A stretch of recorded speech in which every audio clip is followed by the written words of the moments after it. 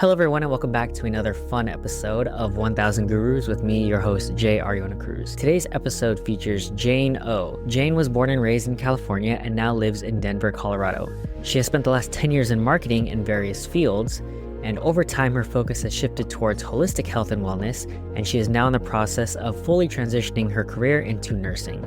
She is also a certified yoga instructor and health coach, and previously ran an online coaching practice called Well with Jane. So Jane is another fantastic former colleague turned friend. She is a fellow April baby, and she is a fellow workout and personal development enthusiast. I've always respected Jane as a coworker. She even introduced me to my first circuit training gym back in the day. Early in my career, Jane was the only person I knew who did double workouts, and we kind of get into that a bit in the conversation. We of course reminisce about our days working at our old law firm and how cutthroat it was. And we get into her journey from marketing to yoga to holistic health and now going back to school for nursing. It was such a joy to connect with Jane after all these years. I learned a ton, and her journey is nothing short of inspiring for me personally. So without further ado, hope you guys enjoy this fun episode with Jane O. Hello and welcome back to 1000 Gurus. Please welcome my guest, Jane. Hi. Jane, thank you so much for being here. I really appreciate it. Happy early Thanksgiving. Yeah. So for the audience, this is Wednesday, right before Thanksgiving. We're recording this. Yeah, we're just kind of catching up off screen or off camera before we started recording. So let me go into how I know you. The audience already has an idea of your background based on your bio. So Jane and I used to work at Burnout law firm back in, I want to say 2015, 2016-ish, around there, right? Yeah. Correct me if I'm wrong for any of these things. And so you used to work in the marketing side, and I was in liens and negotiations. And we also used to work with Clark and Ali, who were also on the show. Shout out to them. And then you moved to Colorado. You mentioned 2021. And I've also been kind of following your career journey in the health and wellness space and yoga, and because we're connected on social media. Yeah. And so now we're here. Yeah. So any clarifications, or what else are you up to? No, that's really, in a nutshell, really how my life has been, just like the milestone timelines. Yeah, it started law firm, health and wellness, and then Denver. And yeah, that's what's been happening. Yeah. I don't know if I ever asked this, but how did you get into the law firm? Like, how did you find that job, and what were you doing before then? Yeah, so I was working at Forever 21 headquarters office. That was That's right. Yeah, that was my first out of college job. And I ended up getting fired from that job, which hilarious because I feel like they're a huge conglomerate. And it was such a weird, it was like a whole team. Like my boss also got fired at the same time. But yeah, at that time, I like right out of college, I didn't really know what I was planning on doing, but I did graduate with a degree in business management and econ. So I knew sort of wanting to go towards marketing. So once I got fired from Forever 21, and that was I think I was 21, 22. I don't know. I was looking around. So I had a couple different jobs in between. And then I actually found the job posting for Bergner Murjovsky on a Craigslist ad. And at the time, I was also interviewing it was an airline company. I can't remember. I think it was either United or Alaskan Airline. And ironically, both of those interviews were supposed to be in Orange County because I was going to get interviewed at the John Wayne Airport, they're based there. And the law firm also was based out of Orange County. So I at the time I think I was living in Diamond Bar. So it was a 40-minute commute. And I was like, okay, well, I went from LA to Diamond Bar. And then I was like, well, I don't want to live in Diamond Bar. And so I eventually was running through the two interviews. And then the airline company essentially botched the interview. They never gave me an interview time or date. They were like, we'll send you a confirmation email. And that was the same day that I was having the interview at the law firm. So I was kind of double stacking. I was like, if I'm going to be out there, then I'm going to just try to get two interviews out of the way. And they never got back to me. And so I ended up just going to the interview at the law firm. And I went originally for a case manager position. I knew that wasn't something that I wanted to do, but I was still interested. But on the job description, it said, if your skill sets fit a different position, we are a growing company. So I was like, perfect. So I was going through the interview and I went home after that first like case manager interview and I walked out of it. I was like, I don't know if that is anything that like would interest me. But as soon as I got home, I got a call from our HR director at the time. And she said, I don't think you're meant for the case manager role, but we have a role in marketing. And I think your resume aligns better with the marketing position. And so she's like, do you mind coming out for another interview for the marketing position and meeting with our marketing director? That's kind of how it started. And then the marketing team was very small. And it was definitely, at the time, the firm was still really tiny. Like, I don't know if you remember the name game. Yes, of course. The good old hazing name game. Yeah. I was about to ask, like, what size, like, how big was the company when you joined? So it was, I think at that time, it was, I think only like 10 people. Yeah. Because it was really only because the teams were like 3-3-3. At that time, we didn't really have many teams. Once, I think by the second year was when we had that massive growth.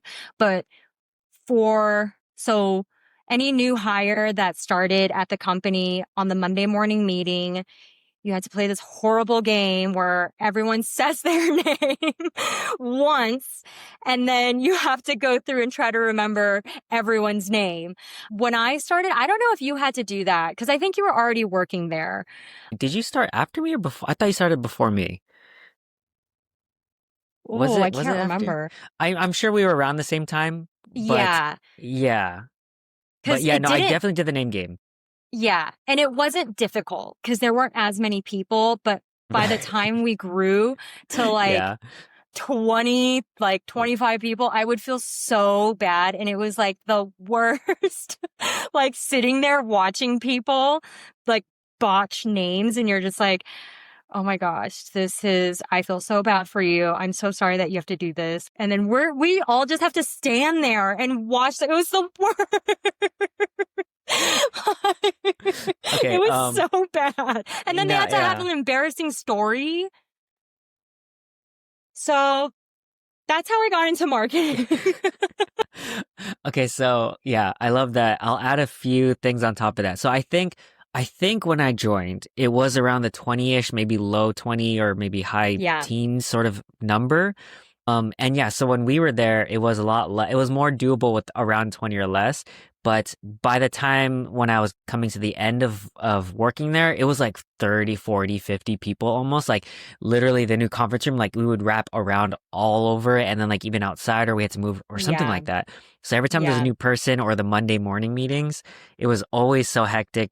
And then people would give like, would we give hints? We would say our names and then say something. And then as we go around, like Sam or James would kind of like, see like, oh yeah, this person, and then give him a hint, and this person's like struggling, and then you get to the end, and it's like, all right, well, what's our names, like Sam and James, and then we all look and hold our breath, like, please remember Sam and James' name. And there are people who forgot, and then they're like, oh, we're like, oh, I was like, this is so bad.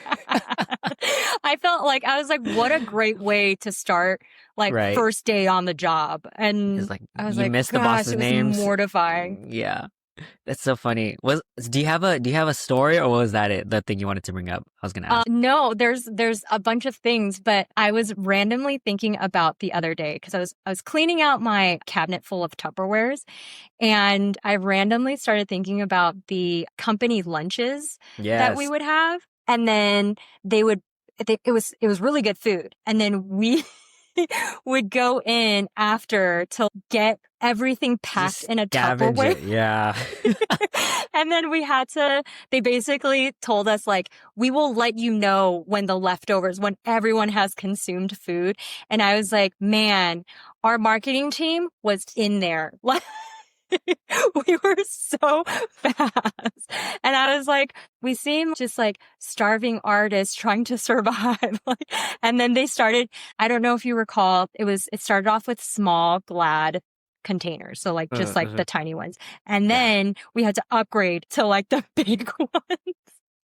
And I was like cleaning out my cabinets or my Tupperware drawer, and I was like finding like the bigger plastic ones that I had, and I was like, "Oh my gosh, I totally remember just trying to like stack as much food." And I was like, Wait, so you that have those fed me. Tupperware still? No, no. Okay, These are okay. like the same size. Oh, If I okay, still okay. had those Tupperwares, I it'd be a I think I would be traumatized. Like I'm like Yeah. No, I remember that too. Cause I had these glass ones that I actually still have, but Mhm. remember the days where like, okay, we know we're getting lunch today. I wouldn't pack it. It would just be clean and empty. And then we'd wait until afterwards and then, yeah, I would just stuff it in. Man. Oh, yeah. But Yeah. yeah, And then I like, remember that. yeah, the birthdays, because our birthdays are in April. So like we Yeah. would have like our birthday photo shoot. And it was really the three of us. April was like a smaller month. Yeah, yeah, yeah. Yeah. And so I remember that, but I remember the marketing team we were in charge of that. And it was like when there were bigger groups each month, like I was like, cause yeah, it became chaotic because as the team started growing so rapidly, we were like, I don't know if we could handle like every month gathering everyone and then having them choose like what theme they wanted for their birthday photos. I was gonna say, Yeah, I what remember was the like protocol for the birthdays? Like, what did we do? I don't I remember. Was it think just we got food and that was it, or was there like a thing that we yeah. did? Yeah, so I want to say we did like the monthly birthday lunch, but then we had a card for Oh, every time there was a birthday, like there was a rotating card. right, right. And I remember one time on my birthday card, someone thought it was James Bergner's Oh, birthday. So everyone was writing like happy birthday, Jane. And then someone put you rock, James. And I was like, ever like, were you the first one? And I remember I got it and it was like right in the center, like where the card like creases. And I was like, so you weren't the first one if like that's the spot, but you failed to read like, and like someone had put on that same card, someone wrote my name in block letters. And so it was mm. like stamped there, Yeah, but I was like, yeah, maybe they like quickly saw it and then they were like, you rock, James. yeah. I was like, oh, well, Man, it close. must have been a long day for that person. They were just like, oh, who is it? Oh, I James, bet. whatever. Yeah. Yeah. Dang. Yeah. Oh, what a place. Yeah. I might have already mentioned this, but I don't have a specific story, but I I always remember the Monday morning meetings and then we would have stories, right? Like James would ask us he would ask for like 3 to 4 volunteers for stories. Oh, And yeah. you were still there, right? Where Yeah. they would get a few and then it got to the point where I would go into the weekend looking for stories so that I could, have a good story for everyone, right? And Yeah. then James knew that, and so he would save me for the end as Oh, anchor, like me and Joel. yeah. And so he'd be like, "All right, That's Marlo, anchor." right. Yeah, and so I was like, "All right, I got you. Here's my story. We had a rager at my house, and I slept through it. And also for my birthday, Oh, my yeah. girlfriend took me to a spa." And they're like, "What?" So it was things like that. And if not me, then Joel would also have really good stories too, or something like that. Yeah, I totally forgot that you guys were the anchor. And I remember the story where you were like, there was a rager and I was sleeping the entire Yeah, time. there were multiple rages where I was sleeping, and then I was telling them about how we had like a bunk couch, kind of like the Lego movie or one of the Lego movies, and Okay, then it okay. was like throwing people off. I was like, no, we honestly have a bunk couch, but I wasn't participating in the party. I was just sleeping because I worked the next day. Yeah. It also, during those meetings, it was also mortifying because remember when they would just start picking people? They're like, what did you do this Yeah, weekend? yeah, yeah. And I remember there were times where at the time, like I was young, I was always going out to LA on the weekends. And I'm like, I'm not going to share with you what I did this Yeah, weekend. And I'm like, oh no, I just meal prepped and did yeah, stuff. But I always just chores. remember like saying that. And then in my head, I am like replaying everything I did that weekend. And I was like, I saw a guy dancing on a table with a Speedo on. Like, I'm just like thinking of all these random things. And I'm like, oh no, I just did chores and, meal prepped and cleaned the house and that's it. Usual Jane weekend, nothing crazy. And I'm like, that's it. And then, yeah, and I'm sure everyone's experience was the same. Like, they're like, just, hung out. And I'm like, I saw you this weekend. I don't know about that because I saw you. And I'm like, we'll just keep it at chores. Yeah, definitely. Because it's always a weird, like, I'm sure more people had more interesting stories, but aside from the whole, Yeah. the family and we went camping and it was a lot of fun and we caught a fish, right? This sort of work appropriate stories. I'm sure people were skirting the line between that and just like, yeah, no, I didn't really do anything because no one wants to come to work and then have that impression. And then, we know what the work office environment was like. Like, it was pretty strict and like, it's for the audience, it's a law firm, so everyone is like suit and tie, formal wear, business attire. And so even though we would have these moments, it was still mostly like very strict. And so, it made sense that not a lot of people wanted to like be very out there with their stories. Yeah. I don't know why I got away with it. I'm just like, no, I did like weird stuff. It wasn't anything like that I would get in trouble for. It was just, I guess I wanted to find the storytelling elements, even if it was a boring story, just for the fun of it. But I also didn't cross that line too. Like, I didn't want to divulge everything. So. Yeah. And look at you now. No, just saying random stuff, You have been the anchor through and through. I always thought it was fun because, I don't know. It was just always to me, it was always a challenge, and it was fun that James kind of gave me that responsibility of like telling the stories. I'm like, it's a Monday, might as well make it lively and not too crazy. Yeah. But good times. Oh, yeah. Yeah. Cool. And there were people who would share and I'm like, please, no, please stop. Yeah. Don't. That's like, true. Because we had a lot of young, like, this was their very first time in like a suit and tie type of environment. And I was like, oh, no, that is very inappropriate. Don't. And I was like, yeah.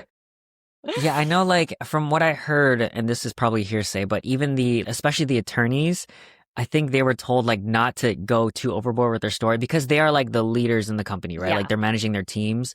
And so that made sense. And so I guess for people like us that were not attorneys, we could probably get away with a little bit more fun stories. But, and then like you said, the younger people, like, this is their first job out of college, or maybe just like, their first job out of high school or something. And then we're just like, oh, no, don't. Oh, they said it. Oh, we'll see how this goes. I used to also sit when like the marketing team was still upstairs. So it was like 2 floors. And then eventually the marketing team and like our intake like team moved downstairs. When we were upstairs, my desk was right next to HR. And HR had their floor to ceiling like window. So when people were getting talked to, it was so awkward because I'm sitting parallel to them. And that was like the only window that I had. So like the light would come like through that window. And I remember I would look over and then I would just I would be like, the mood there is not good. Like, someone's crying. I remember there was like an argument, and I was just like, I think I need to move desks. I was like, I don't think it's appropriate for me to and I could hear because it was like close enough. And I was like, oh man, this is so awkward. So I would just try to, but at the time we just had like desktops. Like, we had the computers that were stuck to our desk. So I couldn't even do anything. I was just like, and then they would walk out and then you'd hear like, okay, well, thank you. And I'm just like, I don't know where to look. Yeah. That's so funny because at the, which building was it? Well, it might have been both, but my once I moved into accounting, both of my desks in both buildings were always next to Sam's office. And then, so for those who don't know, Sam was also one of the partners, but then whenever there was an HR or a talking to sort of thing, they would go into usually Sam's office with the HR director. And you just had the door, right? Yeah. So so the first building at the high rise one, I was right outside the door. And so once they left I can see, and so all the aftermath was there. But then in the newer building that was only 2 floors, yeah, we were accounting department, we were still like right outside Sam's office, Yeah. so it's not like Yeah. we wouldn't be privy to that. And then also I would be the ones printing the like severance checks, or like, the last payroll check, so that they can never come Yeah. back. And then, so whenever I got like a message like, oh, print this check for this amount, I was like, oh, someone's getting fired. Yeah. Yeah. Oh, what a place. Yeah, That place man. does give me trauma. Yeah, I'm sure it gives a lot of people trauma. Um, Yeah. Had a so lot of yeah, great times, but of course, yeah. yeah. The like good Oh, memories, learned a lot for sure. I would say that's the biggest yes. thing that I Yeah. appreciate about that work experience. It was very tough. I would tell some of my friends this, like it was probably the one of the toughest work environments I've been in. But because of that, it's like something I learned from Sam actually, which is like smooth seas don't create good sailors. And Hmm. so, yeah, it's a way to kind of desensitize you to that hectic work environment, but also taking it to heart, it did help me prepare, because like, okay, if I can get through this, I can get through anything. And then I did Yeah. get through it, and then it made it a lot easier. And then being in that space where it's like, okay, now you can have mastery and have a good workflow and not be stressed out constantly. It's a good Yeah. place to be because you feel like you're actually growing, and then you can Yeah. help other people too. So Yeah. yeah, it was fun but tough, but yeah, and also very traumatizing for many people. Yeah.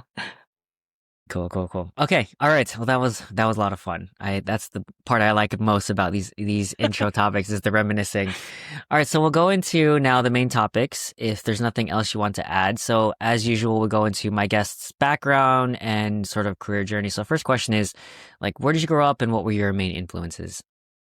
Yeah. I grew up in Southern California my entire life. I just kind of everywhere, Inland Empire to Orange County.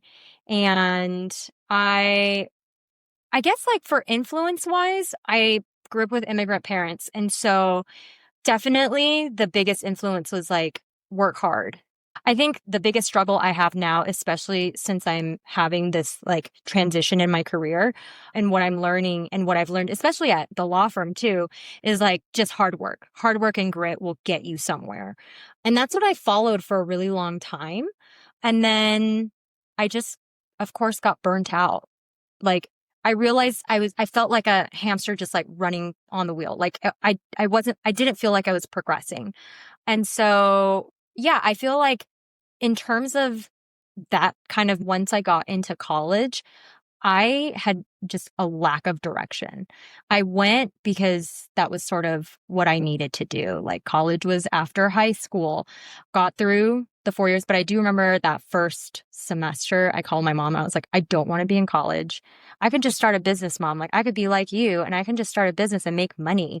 And she was like, that's not how, she was like, that's not, that's not going to happen. You will complete college, which I'm glad that, I had that conversation with her. But yeah, my entire undergrad year, no sense of direction. I was actually looking through my transcript and I had changed my major, I think like a good handful of times. I felt like the entire time I was really searching for purpose.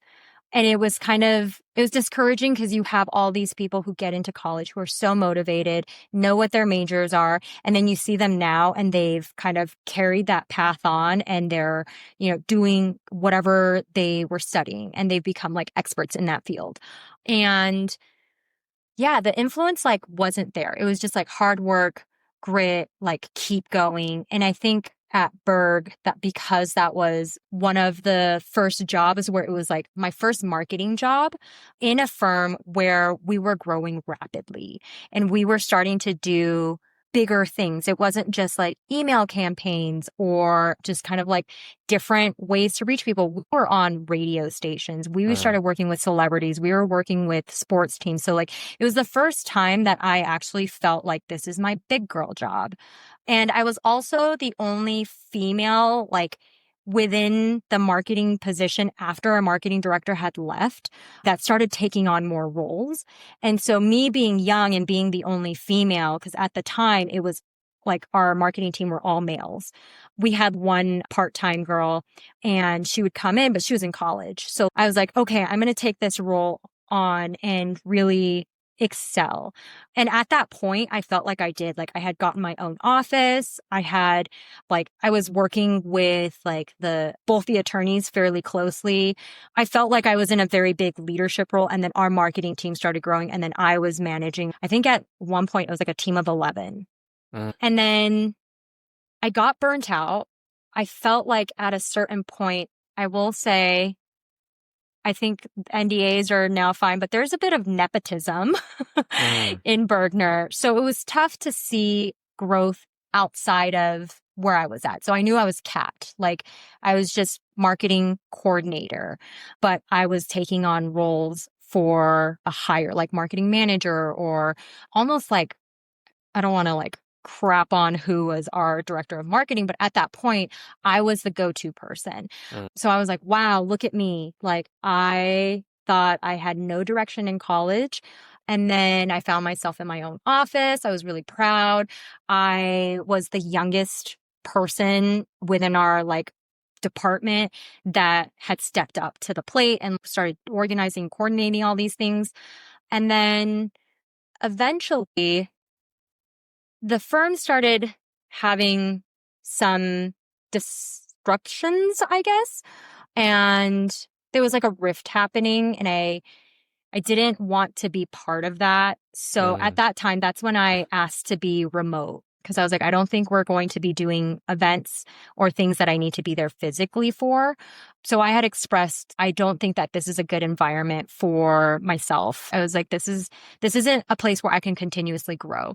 So I was trying to find a way out, and I asked to work remotely. So at that time, that's when I moved to Mammoth. And then once I was in Mammoth, I think I was like working remote for about a year. And then the firm split up. And then I started working for the other partner attorney. But yeah, throughout that time, because like towards the end of it, that's when I started really focusing on the health and wellness part, because I was like, I can't continue to do this. I think I was 25 and I wasn't doing it. I was overworking myself physically and mentally. And again, it's just that hard work and grit. Like that's all you have to do. But I didn't ever think about, you could also do something that aligns better with what you enjoy. Because I am a firm believer of like, you can enjoy something at work, like you can enjoy work, but you should also separate that from like your personal life, because you don't want that to blend together. But at that time, everything was starting to blend, and I was young, so I didn't have any boundaries for that. So it started severing my relationships outside of work. I was a grumpy person. I was like doing double workouts, just like trying to find something to relieve the stress and like just like an outlet. But then because I was so sucked into work, I had lost that outlet with my friends. And I was like, I don't have the energy to go party, or I didn't want to drive out to LA after a crazy week where I was like, this is nuts. And that's when I started realizing like hard work and grit, that may have worked, but that's not something that could be sustainable. And it's not something that like can help you grow. And then I just found myself lost again. I was like, what am I? Because the influence was that. That was my entire posted on the wall. Like that's all I followed.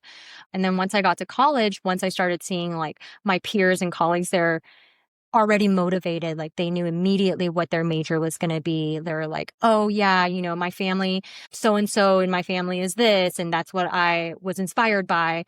And I was like, I have that, but like not really. And so at that point, I just found myself lost, and I felt like I was lost trying to figure out what my purpose was. Like, I was like, okay, I've done marketing for so long now. Does it bring me joy? Am I making an impact? What is marketing? Yeah, I had a little bit of an existential crisis. Right. As we all do once in a while, right? Or at least Yeah. once. I'm curious, I know you mentioned a lot of different elements just now, but in retrospect, what do you think contributed to that burnout? I know we might all have different conceptions of what burnout is, but I'm Yeah. curious what your conception of it is and the main elements that contributed to that. Yeah. I think the biggest thing was validation, because I wanted so badly to be in a leadership role, and I knew that I was capable. And so I was doing everything in my power to go above and beyond to show upper management, like I could handle this. And that essentially, like, especially because I was at the firm for at least half of my professional career were at the law firms. And it's a cutthroat field. And I think, yeah, it was seeking validation because I was like, hey, I'm one of the youngest in this role. I really wanted to show them that I could be marketing director or I could be higher up. At a certain point, I knew that wasn't going to happen anymore. But once the firm had split, I was in a head of marketing role. And I was like, okay, this is what I wanted. But then it's so cutthroat. It went in a different direction than I had in mind, that what I envisioned. And at the time, the second firm, like the firm that the partner was creating, it was newer. So we're starting from the ground up. Budget was much smaller and it wasn't California based. It was Nevada based. Nevada. So All we were right. doing a lot of traveling to and fro same day from Orange County to Vegas. Like we would fly out in the morning. I'd come back at night. And then even still trying to manage new relations, like I'd go into these like big wig meetings and I was like, imposter syndrome hit. And I was like, am I meant for this? And I'm like, what are we talking about right now? What are these metrics?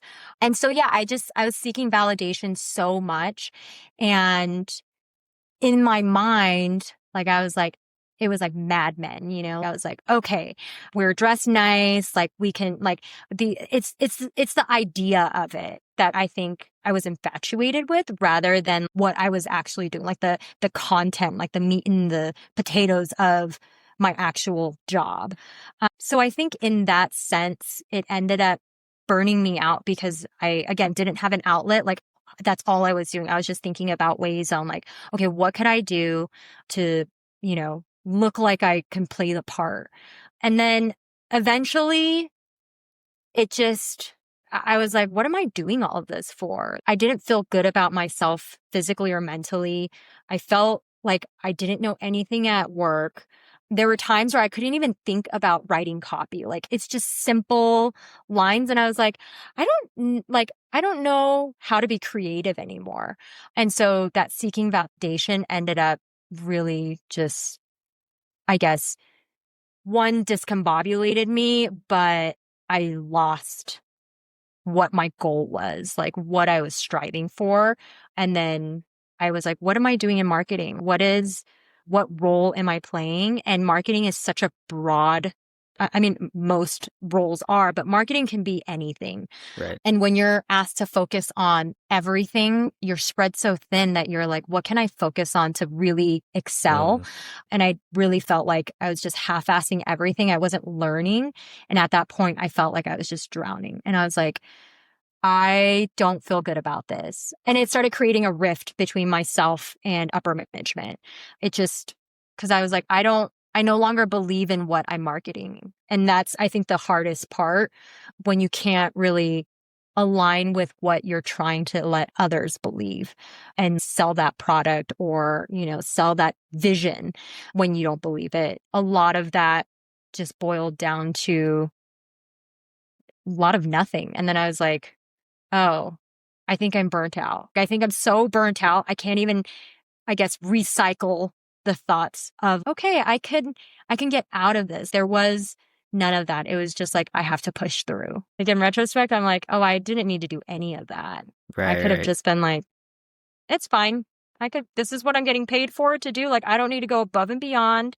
This is what they're going to see. So now I think about it and I'm like, oh, so young, so naive. Yeah. I mean, you had to learn, right? At least at some Yeah. point. Though, Yeah. yeah, I'm sure it was a painful learning experience. So I want to go into now at that end of your, I guess, that marketing cycle there into your pivots or anything after that. But I want to take a quick side tangent and ask, so when you're doing marketing for a law firm or in that sort of field, what are the main tasks or goals or initiatives that you're working on? Just kind of like the nuts and bolts for the audience Yeah. of like, what does a marketing manager, coordinator, director do at a law firm? Yeah. So our law firm was, I mean, it grew massively, but we really started off with SEO marketing. So a lot of keywords, blogs, like what to do after a car accident, things that people would immediately Google after they got into an accident, and trying to get our law firm populated as like the number one ranking that essentially, and at that point, we weren't doing any paid ads. So it was all organic marketing. And that was a big portion of it. And then we started collaborating with different radio stations. And then through that, that became helping produce radio copy. So we had our principal attorney at the time had a segment on the radio for, I want to say, yeah, it was like the Dodgers radio station. So we were providing copy for material that they can talk about. So it was like, I think like a 30-minute segment. And I can't remember what it was called, but it like brings in the legal stuff from, like different events that happened within sports. At one point, there was a podcast, and it went from just like blogs to all of a sudden, like all forms of media. Then we started doing commercials. So producing copy for commercials. And then once we started doing more of the actual like celebrity work, it was building relationships with them and then fostering that. So yeah, it went from blogs to media to fostering relationships. And that's what I mean when like marketing is so broad, because at that time we weren't doing paid ads, but that's a whole nother segment. And same thing with like radio ads. That was a whole nother segment. We were working with a different person and then getting connected with different like radio stars or athletes that we would try to get sponsorships from, or like collaborations and partnerships. So yeah, it definitely branched all over the spectrum. I see, I see. So it wasn't like it was evolving, and so you were doing a lot of different things, and like what you mentioned near Yeah. the end, you were spread so thin because it's like it's so broad. There wasn't that feedback loop of you're doing the right things, you get the validation, you get the fulfillment, and you can see the impact it's making. But then at that point, you're also questioning like, is this even what I'm meant to do? Yeah. So I can see that. Yep. Okay. All right. That makes a lot of sense to me. So now I guess getting into that point where you burnt out. So was there something or a catalyst or some sort of pivot that you made at that point? Yeah. So during that time, I got into a car accident, and it was actually on the way to one of our holiday parties, and I got rear-ended. I remember that. Yeah. And at like I had a herniated disc.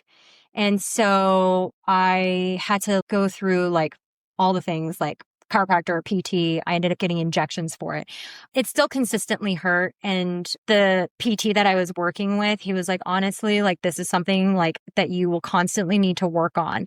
And Pilates or yoga, anything that's core strengthening will help you with your pain. And so essentially, as PT was ending, I ended up getting into yoga. And of course, like I was really into boot camp stuff, like CrossFit type of like circuit training. But they were like, you can't really do that anymore, at least for the time being. Like that's going to, make everything worse.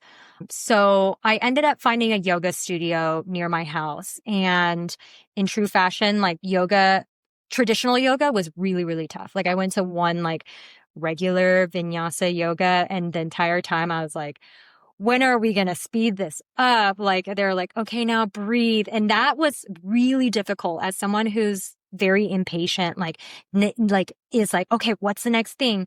So after that first class, I was like, I don't think I'm going to go back again.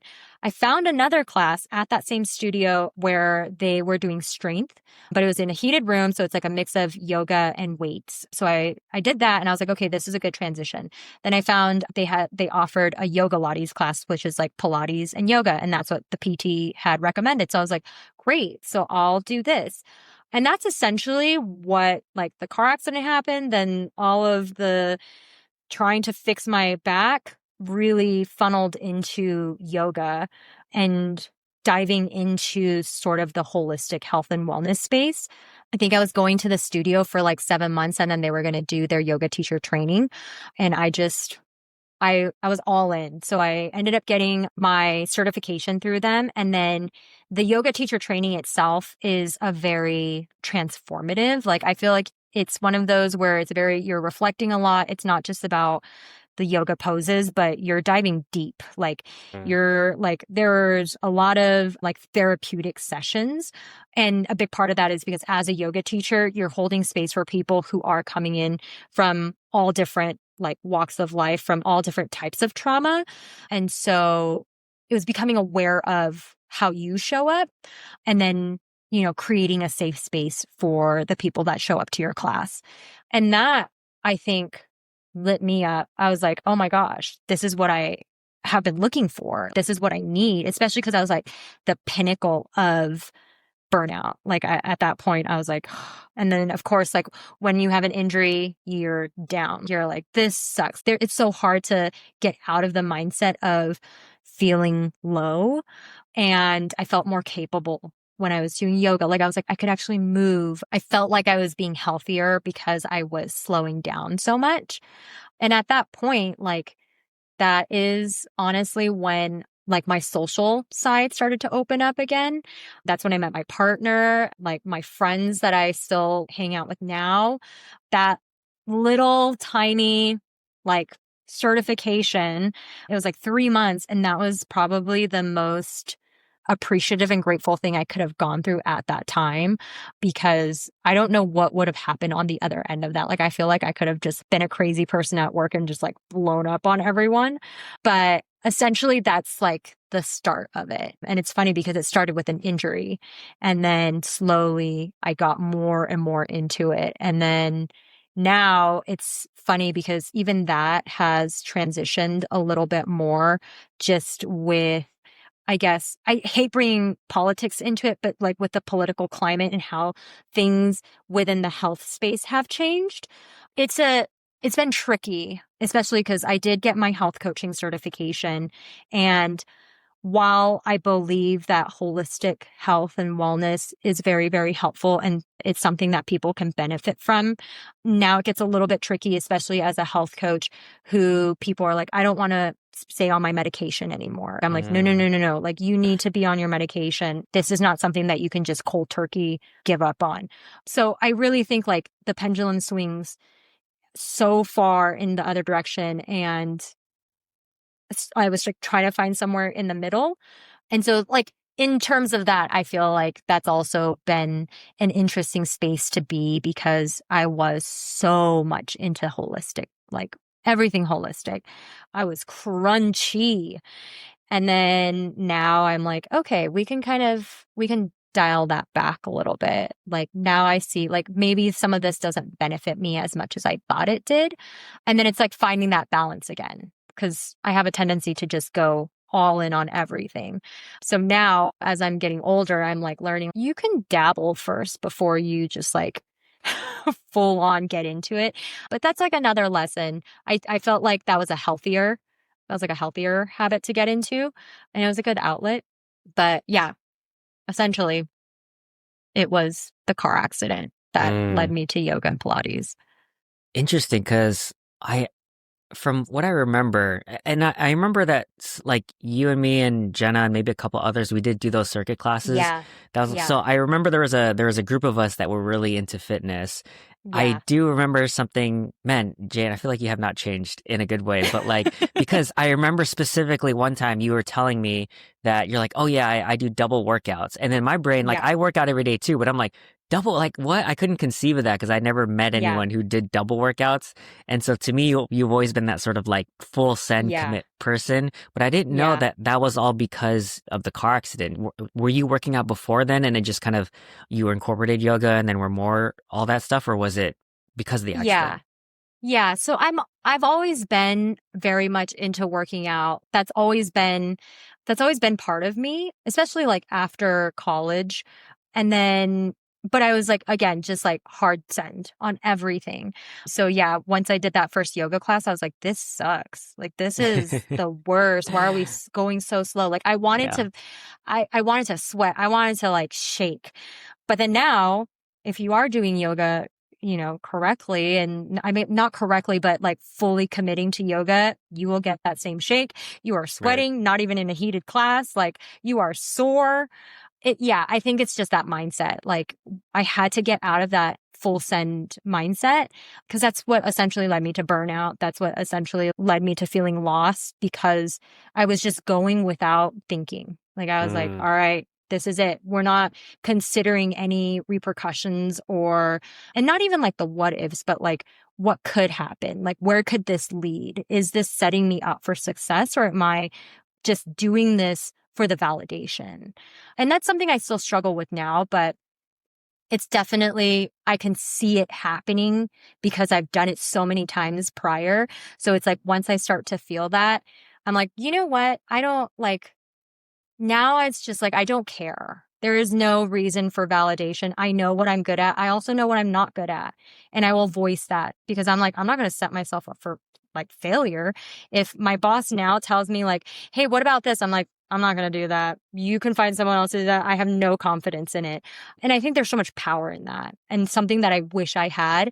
Again, it's a lesson that I've learned, like, but being just like, no, I can't. Yeah. Okay. So I have a few different, I guess, directions we can go, but my general thought is I want to go into either your journey into the like health coaching space and or how that kind of transitioned to, I think what you said now, going into nursing. And I know we I put into the questions like that sort of career transition, which I think is very insightful on your end of you're into your career and deciding to make that pivot or going back into school. Where do you want to start first? Well, what I can do is mix it all up because essentially those 3 points have led me to where I'm at now. Yeah. So I, once I left the law firm, I was let go of that firm right before the pandemic. And it was, so at the time, my dad was battling pancreatic cancer, and it was 2020, right at the cusp of the beginning.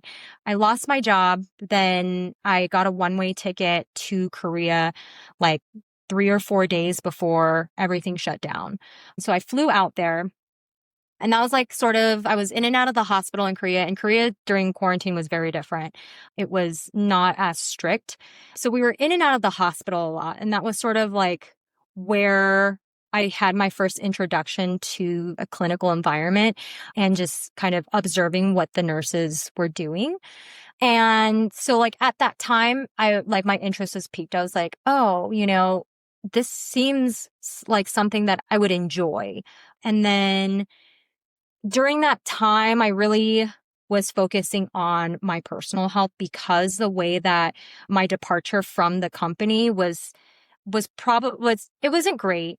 It left me very traumatized. And so it took me a lot of time to try to recover. And meanwhile, it's like everything's happening in the world. But that's when I started really focusing on like, okay, my yoga, like what can I lean on? Like my yoga practice, things that I can do that aren't necessarily like in Korea, I couldn't really find a gym. And also it's like COVID time. So like it just was weird. And I also felt weird trying to find a gym while my dad was sick. Like it was a lot of places where I felt torn. So that was sort of like the first glimpse of nursing. And then once I got back into the States, I found a job with a female entrepreneur, and she focused on building businesses for female wellness entrepreneurs. And that was the first time I got introduced to health coaching. I didn't know what health coaching was. And then once I figured out what health coaching was, I was like, oh, I was really interested in nursing. I feel like health coaching is somewhere in between where I don't have to necessarily go through like an entire like school curriculum. It was a 6-month program. I was going to get certified and then essentially be able to coach people. And that's where I was like, oh, this is something that I align with so much, because not only do I want to help people, I think the biggest thing was like, I wanted to help people, but it was such a great way to connect after the pandemic, and people were on a huge health kick. And so everyone sort of had their different paths, but health coaching at that time was sort of perfect because people like in the pandemic, like didn't really know how to like take care of themselves. They were like, I'm working out, I'm doing all these things. Like, how can I keep up with this post pandemic? So that's how I got into health coaching, and it was really fun. And then I guess the portion of the company that I was working for with the female entrepreneur, she collapsed that part. So then I was out of a job again. My partner was like, you're really good at being fun employed. I was like, listen, if that's my career in life, I will take it. He was like, you are really good at that. I was like, I think because I'm someone that like, I was like, as a startup, let's do it. I was like, I want to be able to be part of something. And again, that's where that validation still kind of stuck around. And then I ended up finding a job, the job that I'm currently at, that is a health coaching school. So I got certified through them and then sort of went through building my health coaching business. And when I had first started my role at my current job, I had a little bit more time and there were resources. They were like, you know what, try these things out, get to know our program. So I was utilizing all the resources. So I was able to build my business. I was taking in clients and it was really fun.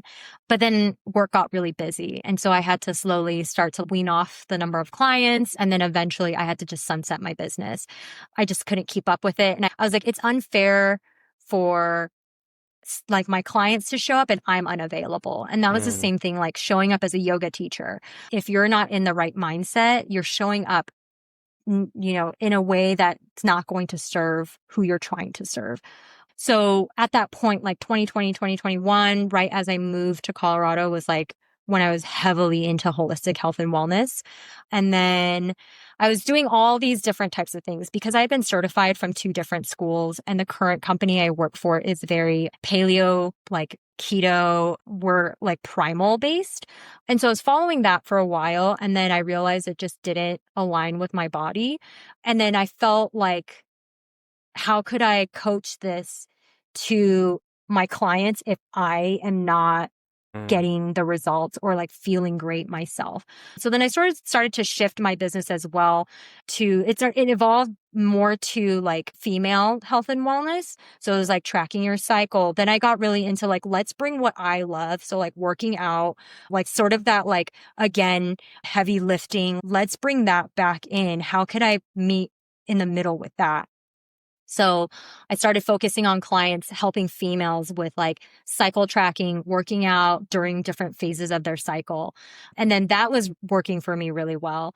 But again, I started seeing signs of burnout with my current company. Like the role was starting to get really rigorous and we're all remote. So it's hard because I didn't know who to connect with in terms of like, because I still am the only person in the marketing department. But when you're that one person, like you don't know who you're supposed to like ask help for. And my boss lives in Australia. So when his day starts is when our day is ending. So like that time difference in the beginning was really tricky. Now it's like we kind of have a system down. But I started seeing signs of burnout and I wanted to cut that off early. So then I was like, okay, what I can do is start cleaving off the things that I can't pay attention to, which is when I started sunsetting my business. I was still teaching yoga, but I cut down on how many courses or how many classes I was teaching. And then really just focused on like, okay, I don't want to burn out. This is my primary source of income. So I'm going to make it work in a way that I won't get burnt out, like that I won't fall into that same pattern. And then in 2022, my partner was diagnosed with brain cancer. And so we ended up kind of going through the cycle of being in the hospital again. And then at that point, I really fell in love with nursing. And I think the hardest part, like both like with my dad and my partner, for someone who doesn't know, like being in healthcare or like not having a general idea, like that feeling of being helpless was like, I don't even know the word to describe. I couldn't do anything. I was like, I could be there, but I wanted to do more. And the nurses kind of held that answer. They were like, you know, like, this is a symptom. Okay, great. This is what we can do. This is how we can help. And I started talking to a lot of the nurses at that time and then really started getting into it. And I was like, I think what like my unique stance for nursing is that I have a holistic health background. Like I understand the nutritional needs, but also I'm a huge believer in science. So it's like, I'm so fascinated by how well the body works to heal itself. So once I, you know, started talking to the nurses and talked to a lot of travel nurses. And at that time, like a couple of my friends were also like kind of going through the same transition as I was, pivoting their career and going into nursing.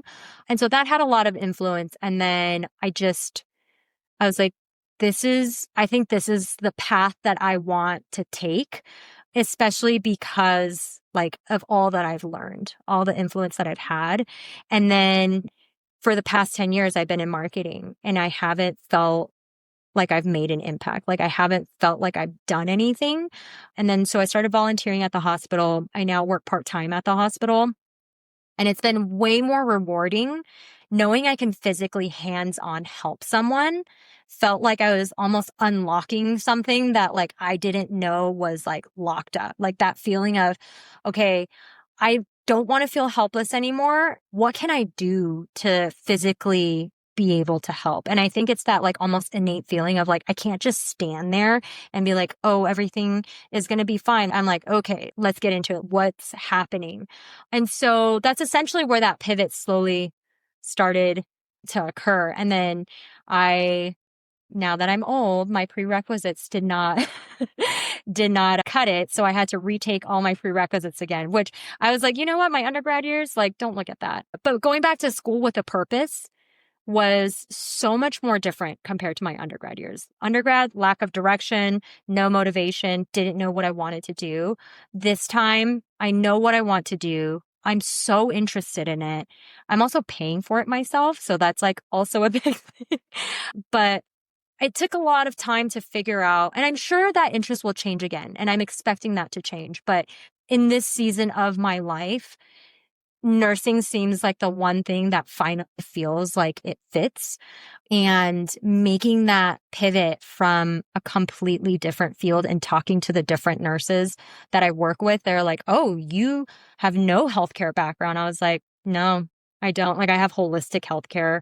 I can tell you the types of foods to eat during your period. But it is very interesting to talk to nurses who've been in nursing their entire career. And they're like, I hate this job, but I love it.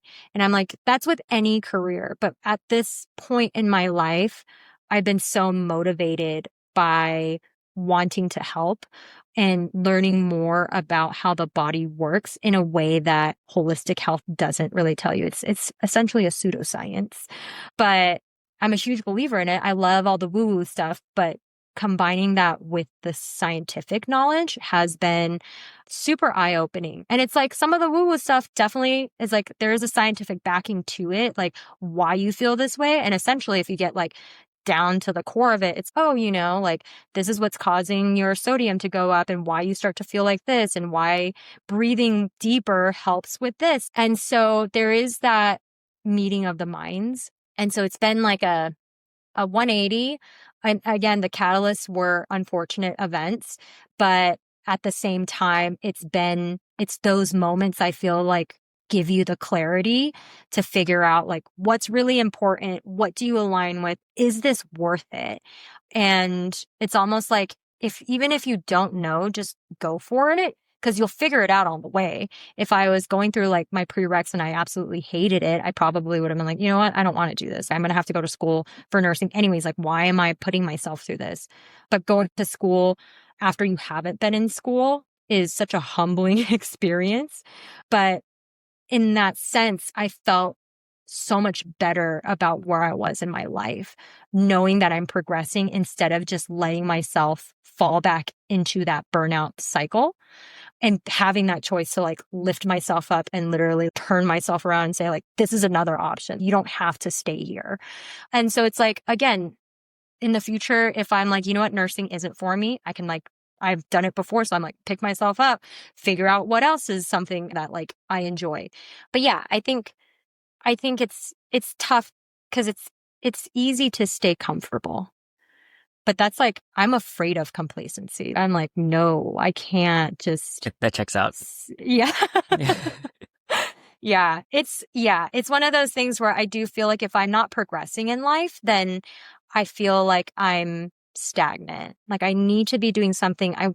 We have the ability to learn. We have the ability to dig deeper, even if it's just as a hobby. If you're fully into whatever hobby, like I am like looking at the historical facts of it. I'm like, how did this come to be? Like, and it's interesting because it's like you meet so many different people when you have these like odd, like interests and these like niche items, and you're like, oh, I'm not the only one that they're very little, but I'm like, oh, so I'm not the only person that thinks about this.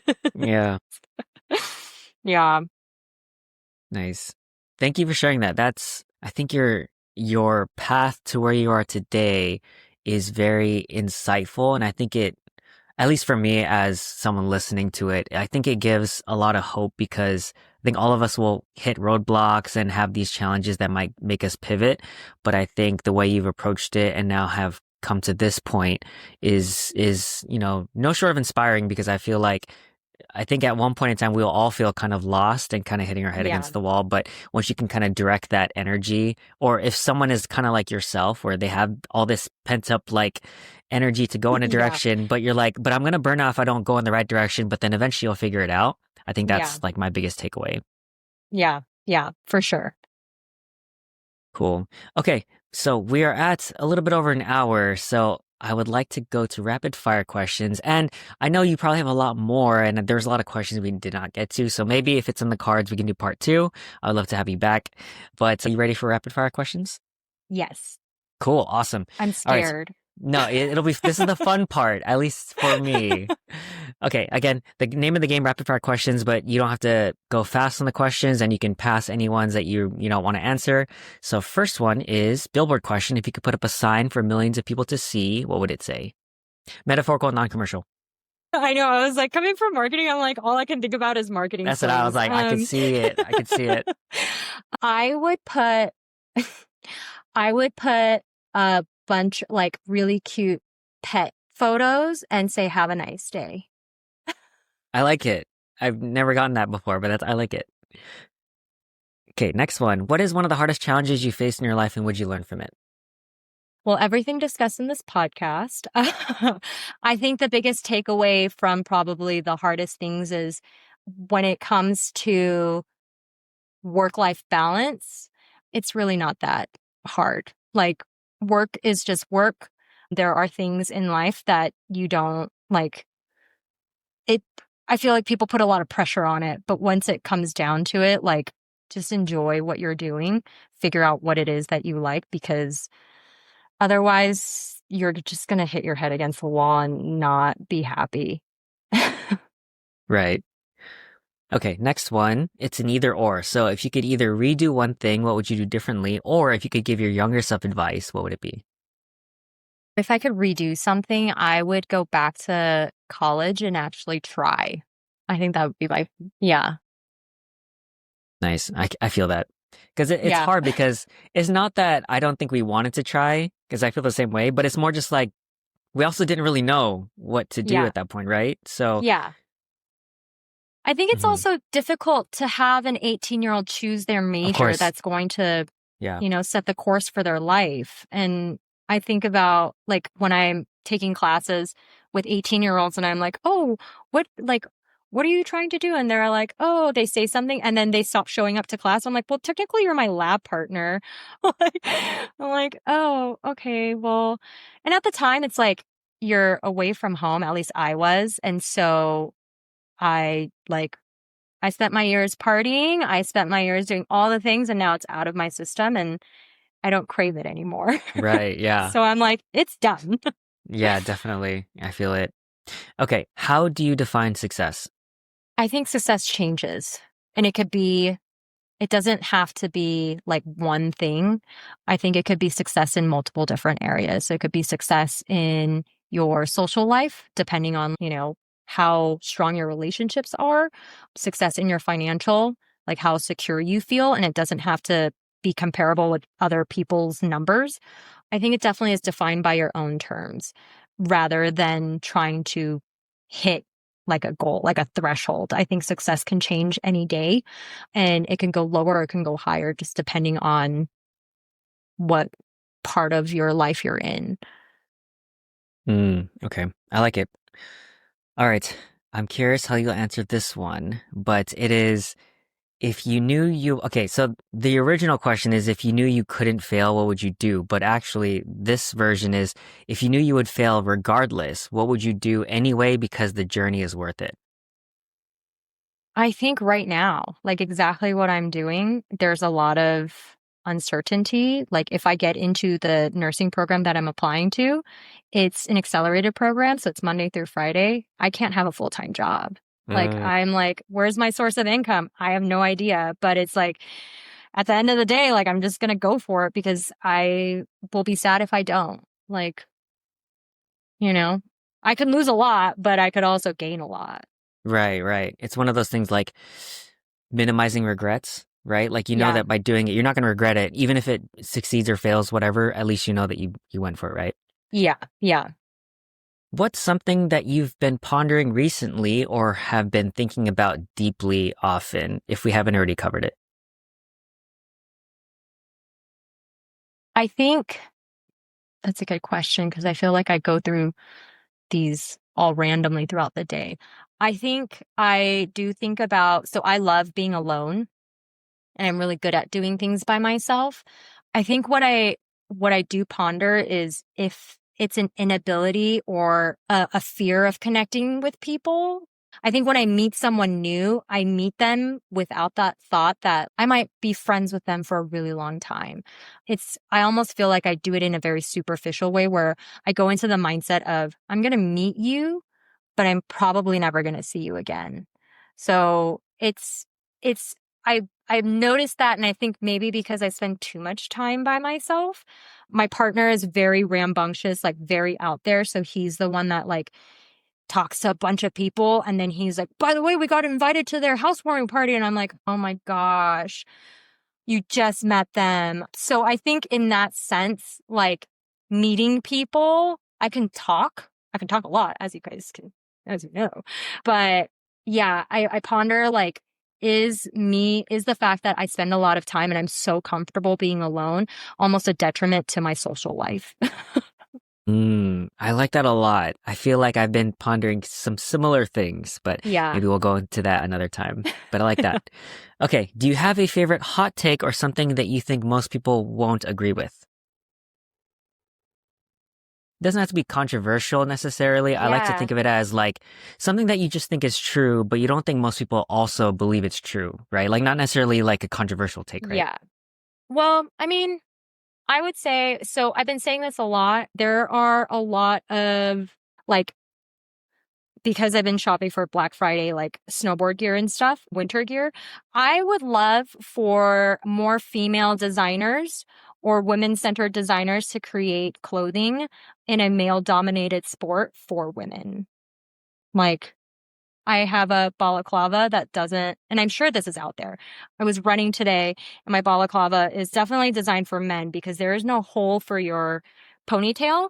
So my hair, like there are things like that where I will just complain. Women's bibs, snowboard bibs, there are very few that have a butt flap so you can actually go pee. Oh, Um, interesting. yeah, there are things like that that I'm just like, a man designed this without a woman in mind. I get really pissed about it because it is very inconvenient. Yeah, that makes a lot of sense. Like those things don't exist? That's crazy.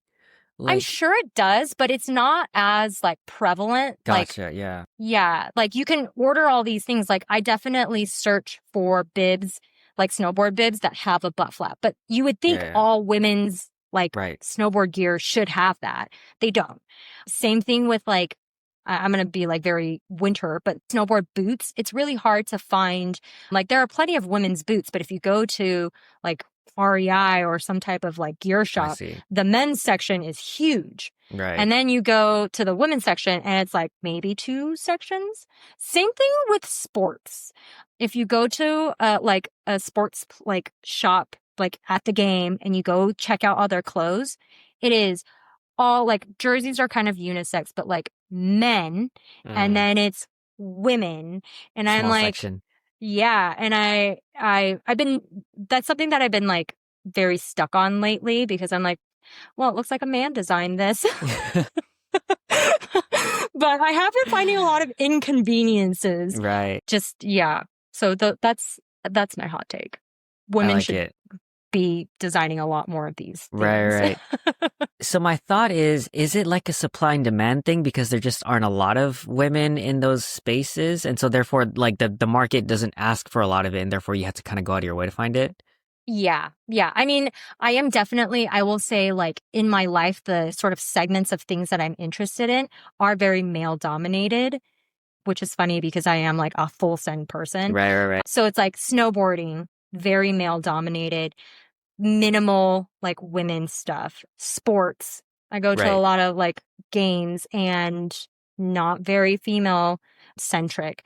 Even if you go to like a female focused game, it's not, it's like more unisex and they're being inclusive about it. But I am like, I would like something that is there's like a little bit more options. Mm-hmm. But yeah, I do realize that. And I think like Colorado, because it's so outdoorsy and there's like so much stuff, there's like more available, but it's hard to find. Whereas like my partner, he's like, oh, I just found these boots. Look at these. And I'm like, oh, it's taken me like 5 months to figure out like which boot works for me. And then, every year he buys a brand new snowboard.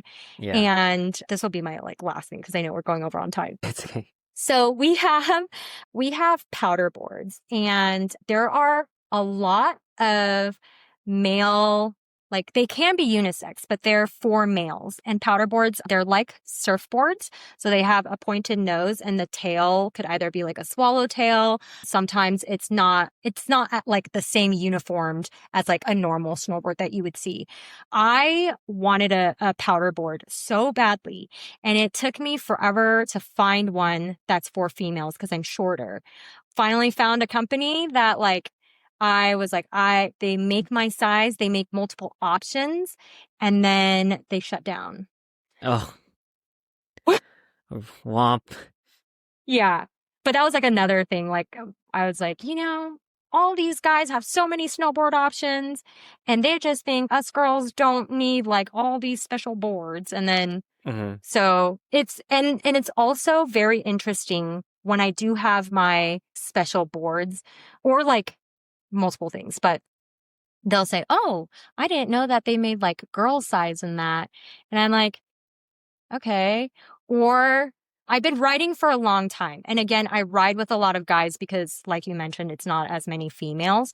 So it's sort of like a I don't know if it's a blessing in disguise, but it's because I ride with the guys, they always go to tougher terrains. And I'm like, why did I do this? Like, why am I here? But because you're challenged, like you end up Mm. navigating and obviously you start to improve.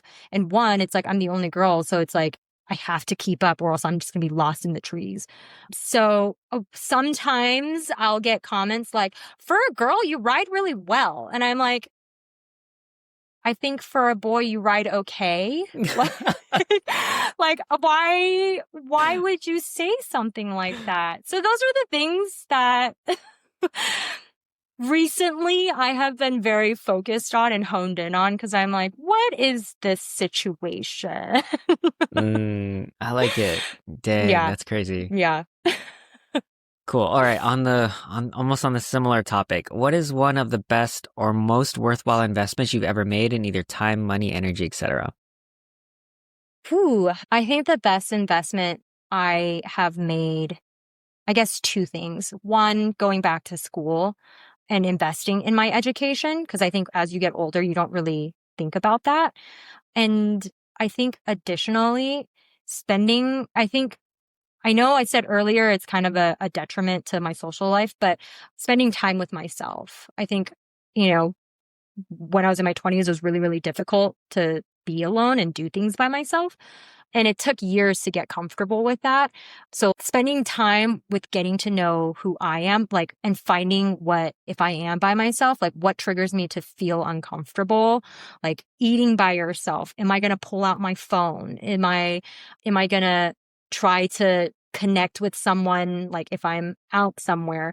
And another thing, like I don't drink anymore. So one of the things is like, everyone around you may be drinking. How do you sit with being okay with that? And that was also a big thing. And I think that was part of the journey of learning to be comfortable with myself. But it definitely, I think, investing time in yourself without any distractions, like learning to kind of detach. Because, I mean, I think it's very clear that we're all very stuck to any type of media. And it's tough to kind of go back to like when you were younger and you're like, I used to just play with my pencil. Like, yeah, like like going back to basics and learning to be okay without anything. I like it. Okay, last two. What is a favorite recent purchase you've made recently in the, let's say, $50 to $100 range that has impacted your life the most, if anything comes to mind? I don't know if anything comes to mind. 5,200? 50 to 100. Yeah, just like a relatively 50 to 100. I was like 50 to 100. Like a relatively cheap purchase, the consumerism question. I don't know. I haven't really purchased anything. I guess my scrubs. Okay. There you go. And it's a good pair of scrubs, I assume. Yeah, I mean it's like wearing sweatpants to work, so Nice. it's kind of I nice. like it. Okay, last one. Any favorite books, movies, videos, articles, media, or anything else that you share or recommend the most? So a couple things.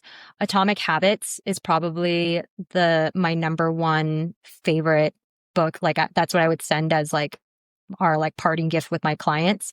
Atomic Habits. I love fictional books, but I always tell people like, I'm like, you can get Audible, you can do all these things, but if you sign up for your local library, you can download books, you can help the library, and you could also download the Libby app to listen to audiobooks. And I don't know. I think that's really it. I can go on about books, but that's like a whole different, a different podcast. Yeah. That's not good. Yeah. Atomic Habits is good. And then support your local library, I think is good too. Yeah. Yeah. Cool. All right. That is it for rapid fire questions. You made it to the end. Congrats, Jane.